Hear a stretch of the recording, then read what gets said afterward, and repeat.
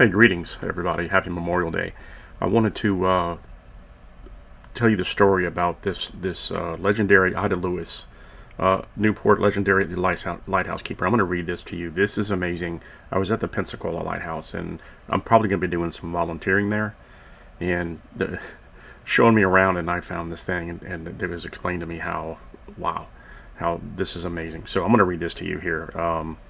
In the mid 1800s, Ida Lewis' daring sea rescues became a media sensation, leading hundreds of telegrams, gifts, and marriage proposals. All Ida wanted to do was tend to her lighthouse. So here we go. Let's see here. The events that led to Ida Lewis being called the bravest woman in America began on a blustery night, March 29, 1869, on Lime Rock Island, after her mother, Zanelda, spotted two men clinging to an overturned boat in the churning waves, screaming for help. And Ida, "Oh my God, run quick, a boat is capsized, men are drowning. Run quick, Ida," as she yelled to her daughter. Ida and her younger brother, Hosea, immediately ran out of the house and jumped into a small skiff, taking the icy oars, rowed against the wind to rescue the drowning men, despite the freezing wintry weather. She and Flosia lifted the choking men into the skiff, rowed them back to shore, and brought them to their home. The men were soldiers from nearby Fort Adams. Amazing. Both men later recover. Sergeant told Ida's older brother Rudolph, "When I saw the boat approaching and a woman moving, I thought she's only a woman. She will never reach us. But soon I changed my mind." And there's some other stuff here. This was not the first time Ida saved lives. By then, she had already rescued 3 schoolboys, 2 other groups of men drowning during one rescue.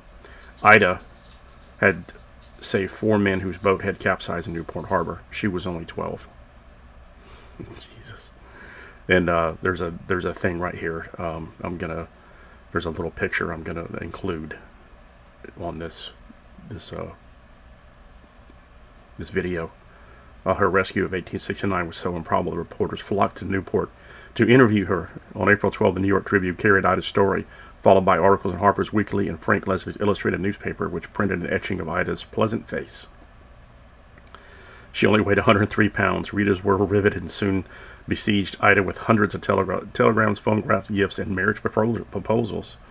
And if there were people that needed help, I would go get my boat and go get them. Excuse me, even if I couldn't get back. Readers were so overwhelmed by her courage, they collected funds to honor her. On July 4th, 1869, a public ceremony in Boston. They paraded a magnificent rescue boat through the streets, which was then presented to Ida. Among the audience were politicians, military leaders like Ulysses S. Grant, General Tecumseh, Sherman, Admiral George Dewey, along with many other wealthy Gilded Age summer residents. She refused to address the crowd, leading prominent abolitionist Colonel Thomas Wentworth Higgins to explain, "Miss Lewis desires me to say she has never made a speech in her life and doesn't expect to begin now." Later in that summit, women's rights leaders, Susan B. Anthony and Elizabeth Cady Stanton, visited Newport, and Ida was a young heroine, an example of women's unsung abilities. Allergies. Sorry, everybody. This was amazing. Born on February 25th, 1842, Idawalley Zoradia Lewis. And the oldest were 4 children, Zoraida and Captain Hosea Lewis of Revenue Cutter Service, the forerunner of the U.S. Coast Guard in 1854. After the Lighthouse service appointed Ida's father as keeper, young Ida routinely sailed with him to Newport to Lime Rock Island to help maintain the light. 3 years later, the house was built on the island, and the light relocated there in a special second-floor lantern room.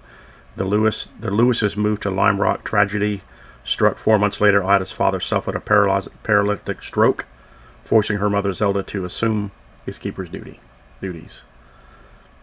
By then, everyone in the family knew Ida was dependable, had unusual strength, and was a skilled sailor. Her brother Rudolph bragged Ida could hold on to wind and then gale better than any man I've ever seen. Wet an oar as you do when I see is breaking over her. Consequently, after her father's stroke, She rode her siblings to school and returned to Island with supplies for Newport. What a frickin' Marine, man. This is amazing. Over the next 14 years, Ida helped her mother send the light until her father died in 1877. Tend the light. A year later, Zoraida, who was ill with cancer, also died, leaving Ida to serve as keeper, maintain the family home, and care for her frail sister. This is amazing. And I'm not going to read the rest of this, but there is being a lighthouse commuter was very demanding, as traditionally done by men. Of course, we know that. The beacon came from an oil-burning lantern housed in a wooden iron frame surrounded by thick panes of glass. A solid wick suspended from the top frame enabled which would be refilled 2 to 3 times a night to burn through the darkness. And then it shows about a Fresnel lens is 17 inches tall, 11 and a quarter inches in diameter, beaming out far beyond Newport Harbor.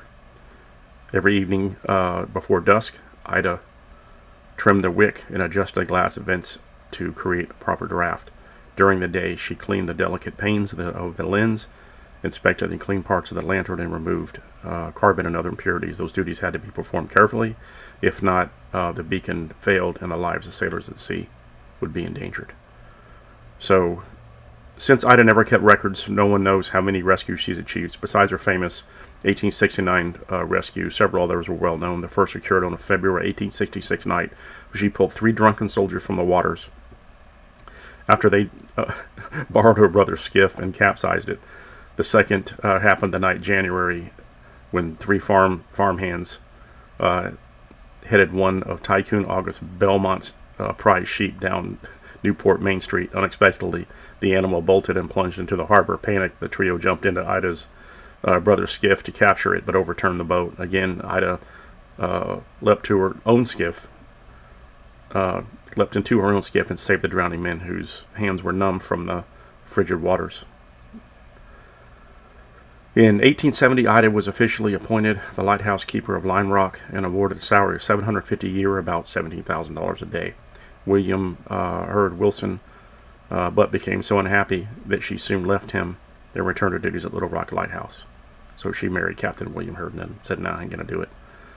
Later, she rescued 2 more soldiers from Fort Adams who had fallen through the ice, prompting the United States government to award her the Gold Lifesaving Medal in 1881. Decades later, in 1907, Congress bestowed the first American Cross of Honor upon the aging Ida.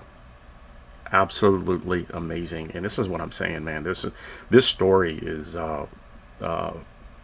absolutely amazing. And I'll put in Ida died at age 1969, October 24th, 1911. That night, the light finally went out. And this is amazing. And this was from the Saturday Evening Post. I'll put the whole story up there, and you can read a little more details. But this is amazing. What a trooper. You know, it's and being Memorial Day, even though she didn't serve the military, she saved military lives. She saved 2 soldiers, and I knew nothing about this. As many times as I've been to the Pensacola Lighthouse, they've got a picture of her thing for Lime Rock Island. And I never knew anything about this till I did some digging, and this is amazing. So, you know, the more you know, right? And I'm going to try to find out where she's buried and do a full video there too, and probably go tour the Lime Rock Lighthouse. I think it's still there, and I may do a little documentary about that also in the future. So stay tuned. Happy Memorial Day, everybody. Cheers. The sun is sinking low behind the vine.